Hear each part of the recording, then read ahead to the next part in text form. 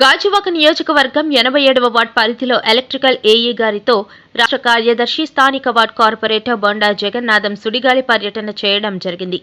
ఈ సందర్భంగా ముఖ్య అతిథులు మాట్లాడుతూ మా 87వ వార్డ్ ప్రాంతంలో ప్రధాన సమస్య వీధి లైట్లు అని, జనసంచారం పెరగడం వల్ల కొన్ని ప్రాంతాల్లో వీధి దీపాలు లేక రోడ్డు ప్రమాదంలో గురై ప్రజలు నరకయాతన పడుతున్నారన్నారు. ఈ సమస్యలపై పలుమార్లు జీవీఎంసీ కౌన్సిల్లో గౌరవ కమిషనర్ గారికి నివేదిక సమర్పించగా వారు స్పందించి సంబంధిత అధికారులను వార్డులోకి పంపించారని, వారికి నిర్మల స్కూల్ నుండి ముస్తఫా జంక్షన్ వరకు మరియు గాంధీబొమ్మ సెంటర్ నుండి బరియల్ గ్రౌండ్ వరకు సెంట్రల్ డివైడర్లు మరియు సెంట్రల్ లైటింగ్ ఏర్పాటు చేయాలని, నేషనల్ హైవే నుండి గాంధీబొమ్మ సెంటర్ వరకు ప్రధాన రహదారిపై వెలగని సెంటర్ లైటింగ్ ను మరమ్మతులు చేయించి వెలిగించే విధంగా కృషి చేయాలని, క్రిస్టియన్ మరియు ముస్లిం శ్మశాన వాటికలో ఐమాక్స్ ల్యాంప్లు ఏర్పాటు చేయాలని, తిరుమల నగర్లో ఉన్న పార్కుల్లో లైటింగ్ అభివృద్ధి చేయాలని మరియు వీధుల్లో వెలగని వీధి దీపాల స్థానంలో కొత్తవి వేయించాలని కోరగా వారు కింద స్థాయి అధికారులను ఆ పనులకు ఎస్టిమేషన్ వేయించి పనులు ప్రారంభమయ్యే విధంగా చేయాలని కోరారు. ఈ కార్యక్రమంలో వార్డు అధ్యక్షులు రాజన్ రాజు, జనసేన వార్డు అధ్యక్షులు సిరసపల్లి కనకరాజు, అభివృద్ధి కమిటీ చైర్మన్ విజయరామరాజు, జిల్లా నాయకులు కల్లేపల్లి శ్రీనివాస వర్మ, సీనియర్ నాయకులు సిరసపల్లి బాబురావు, ప్రగడ దానయ్య, పావడ రమణమూర్తి, ఈశ్వరరావు, డివి సూరిబాబు, జాన్ రమేష్, కనక సత్యం, కర్రి నరసింగరావు, ఆదినారాయణ, కళ్యాణ్ చక్రవర్తి, నాగభూషణం, విశ్వేశ్వరరావు, పరమానందం, సన్యాసిరావు, భాస్కర్రావు, వసంతరెడ్డి, సత్యనారాయణ, విశ్వనాథం, రాజు, పరమేశ్వరరావు, మహేష్, చంద్రశేఖర్, రాధాకృష్ణ, రాము, కామరాజు, శ్రీరాములు, వార్డు ప్రజలు అధిక సంఖ్యలో పాల్గొన్నారు. అందరికీ నమస్కారం. ముఖ్యంగా జీవీఎంసీ అధికారులకు అలాగే 87 వార్డు ప్రజలందరూ కూడా మా విజ్ఞప్తి. మరి ఇది స్టీల్ ప్లాంట్, ఏదైతే స్టీల్ ప్లాంట్ నిర్మాణం కోసం ఆ రోజు తీసుకొని వడ్లపూడి ఆర్ఎస్కంలో ఆ రోజు లేఅవుట్ వేసి అందరికి ఇవ్వడం జరిగింది, రైతులందరికీ కూడా.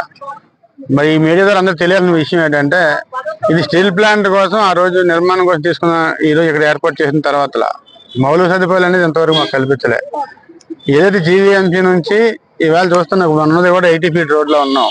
ఏదైతే పూర్వం స్టార్టింగ్ ఇన్స్టాలేషన్ అయినటువంటి ఏదైతే ఎలక్ట్రికల్ లైన్ ఉంది, అలాగే main road Vadlapudi bus stop నుంచి గాంధీబొమ్మ జంక్షన్ వరకు అనేక మార్లు జీవీఎంసీలో ఫైట్ చేయడం జరిగింది. ఇంతవరకు కనీసం 15 పాయింట్స్ పెట్టామంటారు, ఇంతవరకు అది ఆచరణలో కూడా లేదు. గతంలో కూడా ఎన్నో ఇబ్బందులు పడ్డా ఇప్పుడు గవర్నమెంట్ వచ్చిన తర్వాత కూడా మళ్ళీ ఒకసారి దేని అధికారులు తీసుకెళ్లడం జరిగింది. స్థానిక శాసనసభ్యులు రాష్ట్రపతి పల్లాశ్రీ గారి దృష్టి కూడా తీసుకెళ్లడం జరిగింది. తీసుకెళ్లాక దీన్ని మళ్ళీ 15 ఫైనాన్స్ లో చేయిస్తామని చెప్పి హామీ ఇవ్వడం జరిగింది. దీంతో పాటు ఏదైతే వడ్లపూడి పెట్రోల్ బంక్ నుండి ముస్తఫా జంక్షన్ వరకు అంటే పాతకోటంపాలెం, మా దౌర్భాగ్యం ఏంటంటే ఊరు పేర్లు తీసి ఏదో జంక్షన్ ఏదో ఇతర రాష్ట్రాల్లో వచ్చిన వాళ్ళు పేరు పెట్టిన దౌర్భాగ్యం తయారు. అందుకని సరిగ్గా మా వర్కులు చేసుకోవడం వల్ల ఆ ముస్తఫా జంక్షన్ వరకు సెంట్రల్ లైటింగ్, డివైడర్, అలాగే ఏదైతే గాంధీబొమ్మ జంక్షన్ నుంచి బర్లి గ్రౌండ్ వరకు సెంట్రల్ లైటింగ్, డివైడర్, అలాగే గాంధీబొమ్మ జంక్షన్ నుండి గాంధీబొమ్మ చివరి వీధి వరకు కూడా సెంట్రల్ లైటింగ్, డివైడర్, అలాగే 15 ఫైనాన్స్ లో మెయిన్ రోడ్ వడ్లపూడి బస్సు పెట్టడం జరిగింది. అలాగే ఏదైతే శ్మశాన వాటిక క్రిస్టియన్ శ్మశాన వాటికలో గతంలో వెయిటింగ్ హాల్ కానీ బోర్ కానీ గత గవర్నమెంట్ లైటింగ్ కూడా పెట్టడం జరిగింది. ఎంతవరకు కూడా ఆచరణలోకి రాలే. అది మొన్న ఈ గవర్నమెంట్ లో కలిపితే మళ్ళీ ఇప్పుడు అధికారులను పంపించి మొత్తం ఒకసారి ఎస్టిమేషన్ వేయించమని చెప్పడం జరిగింది. దీంతో పాటు ఇక్కడ ఏదైతే 4.5 ఎకరాల్లో గతంలో తెలుగుదేశం హయాంలో 2 కోట్ల రూపాయలు శాంక్షన్ చేయడం జరిగింది. గవర్నమెంట్ మారడం అలా డిజైల్ అయిపోయి పక్కన పడేయడం జరిగింది. మళ్ళీ ఎప్పుడైతే కూటమి ప్రభుత్వం వచ్చిన తర్వాత గౌరవ శాసనసభ్యులు గారిని కలిసి అడగగానే తక్షణమే మెయిన్ కమిషనర్ తీసుకొచ్చి మొత్తానికి ఇప్పుడు అక్కడ జంగిల్ తీయడం జరుగుతుంది. అలాగే దాన్ని కూడా లైటింగ్ పెట్టమన్నాం, దానికి కూడా అధికారులు ఇప్పుడు పంపించడం జరిగింది. అలాగే తిరుమల నగర్ వాసులందరూ కూడా మరి ఈ ప్రాంతంలోనే, ఈ జిల్లాలోనే కాదు రాష్ట్రంలోనే నెంబర్ 1 అవార్డులు వచ్చినటువంటి కాలనీ 87 వార్డులు ఉందంటే తిరుమల నగర్. దానికి కూడా వాళ్ళు ఇండివిజువల్ గా కొన్ని లెటర్లు పెట్టుకున్నారు. లైటింగ్ కానీ, రోడ్లు కానీ, పార్క్ డెవలప్మెంట్లు కానీ పెట్టుకున్నారు. దానికి కూడా అధికారులు పంపించడం జరిగింది. ఇవాళ లైటింగ్ విషయంలో కూడా ఒకసారి దాన్ని కూడా చూడాలని చెప్పేసి వాళ్ళది కూడా ఏదైతే లెటర్ నాకు ఇవ్వడం జరిగింది, దాన్ని కూడా ఇవాళ చూపించడం జరుగుతుంది. ఎందుకంటే ఇవాళ వార్డులో అనేకమైన సమస్యలతో ఉన్నాం. ఇవాళ స్టీల్ ప్లాంట్ కోసం త్యాగాలు చేసిన గ్రామాలకి ఈరోజు ఎప్పటికీ కూడా సరైన సౌకర్యాలు లేక, నువ్వు ఏదైనా ఆటల పోటీలకు వెళ్ళాలన్నా, ఏదైనా ఒక వాకింగ్కి వెళ్ళాలన్నా సరే స్టీల్ ప్లాంట్ కానీ వేరే ప్రాంతం మీద డిపెండ్ అవ్వాల్సిన పరిస్థితి ఏర్పడుతుంది. అందుకని మాకు మంచి ఆటల స్థలం ఉంది ఇక్కడ 4.5 ఎకరాల్లో. దాని ఒక పెద్ద గ్రౌండ్, ఇండోర్ అండ్ అవుట్డోర్ స్టేడియాలు చేయమని చెప్పి అనేక మార్లు ప్రాధాయపడ్డాం. దానికి కూడా త్వరలోనే మరి పరిష్కారం అవుతుందని చెప్పి కోరుకుంటున్నాం. మరి గత కౌన్సిల్లో నాకు అదృష్టం బాగుండి ఏదైతే ఈ ఎంవిఎన్ ఎంకే పార్క్ అభివృద్ధి చేసినటువంటి ఏదైతే అవుట్లెట్ మాకు ఇవ్వడం జరిగింది, దాని మీద అనేక ఉద్యమాలు చేయగా సుమారు గతంలో 4 కోట్లు ఇచ్చారు. ఈ మధ్య 10 కోట్ల రూపాయలు మొన్నే ఎజెండాలో పెట్టి శాంక్షన్ చేయడం జరిగింది. ఎందుకంటే వార్డు అభివృద్ధిలో ఏదైనా సరే కీలక పాత్ర పోషించాలి. ఎందుకంటే మా వార్డు ప్రజలందరూ కూడా చాలా పేదలు, చాలా అమాయకులు. ఎందుకంటే ఇవాళ స్టీల్ ప్లాంట్ 100 ఎకరాలు ఇచ్చుకొని ఈవేళ 120 గజాలు తన్నుకుంటున్నాం మేము ఈవేళ. అందుకని దీన్ని అన్ని మార్చి కనీసం ఉన్నంతలోనే సరే మంచి సదుపాయాలు కల్పించాలని ఒక ఆలోచనతోనే దీనికోసం నిత్యం మరి పరిగెడుతూనే ఉన్నాం. ఇక త్వరలోనే దీన్ని అంతటి కూడా ఈ 1 year లో మంచి అభివృద్ధి చేసి చూపిస్తామని చెప్పి తెలియపరుచుకుంటూ నాకు చక్కటి అవకాశం అందరికీ కూడా ధన్యవాదాలు తెలియపరుచుకుంటూ సెలవు తీసుకుంటున్నాను. అందరికీ నమస్కారం.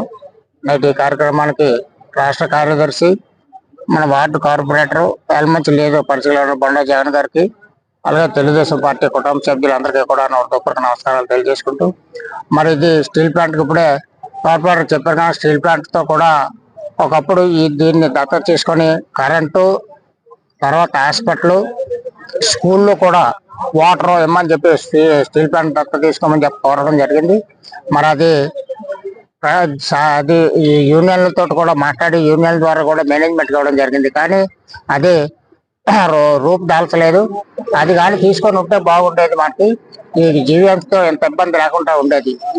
అది తర్వాత ఏదంటే ఈ వార్డు డెవలప్మెంట్ లో ఏమన్నా అయిందంటే అది తెలుగుదేశం పార్టీ హయాంలోనే, తెలుగుదేశం కార్పొరేటర్ హయాంలోనే, అలాగే మధ్యలో కార్పొరేటర్ లేనప్పుడు ఎమ్మెల్యే గారు పల్లా శ్రీనివాసరావు ఆధ్వర్యంలో కూడా డెవలప్ అయింది. ఏంటంటే ఈ తెలుగుదేశం హయాంలో 87వ వార్డులో మొత్తం అన్ని కాలువలు కానీ, రోడ్లు కానీ, ప్రహరీలు కానీ, ఏ ఇబ్బందులు ఉన్నా సరే అన్ని కూడా మన హయాంలో అని ఆ లయంలో ఒక కార్యక్రమం కూడా అవ్వలేదు. ఏదో చిన్న చిన్న బోర్లేడు చేయడం తప్ప మెయిన్ ప్రాబ్లమ్స్ ఏవి కూడా వాళ్ళు చాలా చేయలేదు. అన్నిట్లో కూడా మరి ఈ రోజు మిగతా బ్యాలెన్స్ ఏవైతే ఉన్నాయో ఇప్పుడు మరి కార్పొరేటర్ చెప్పినట్టు 1 year లో అన్ని కంప్లీట్ చేస్తామని చెప్పి తెలియజేస్తూ సెలవు తీసుకోండి.